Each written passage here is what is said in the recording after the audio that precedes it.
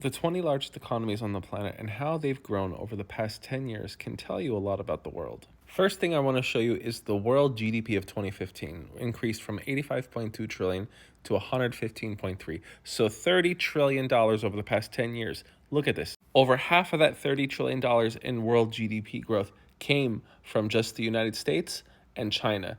The US economy grew by 7 trillion over the past 10 years, and China's grew 8. In just 10 years, the Chinese economy grew 74%, while in the same period of time, the US only grew by 28. India has the fastest growth of any other country on this chart at 77% of GDP in 10 years. While China's GDP growth has been slowing on trend, India's is only increasing because they have so much more of a country and economy to develop with 1.45 billion people, even more than China at this point. Look at the old school European countries like Germany, UK, France, Italy.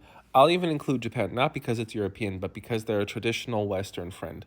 Their economies have barely budged in 10 years. And as their economies keep growing at such a snail's pace, they are losing more and more economic influence every single year. While the US economic growth is much higher than its Western counterparts, they are still seeing a drop in GDP growth over the past 10 years, because from 2005 to 2015, the GDP grew by almost 40%.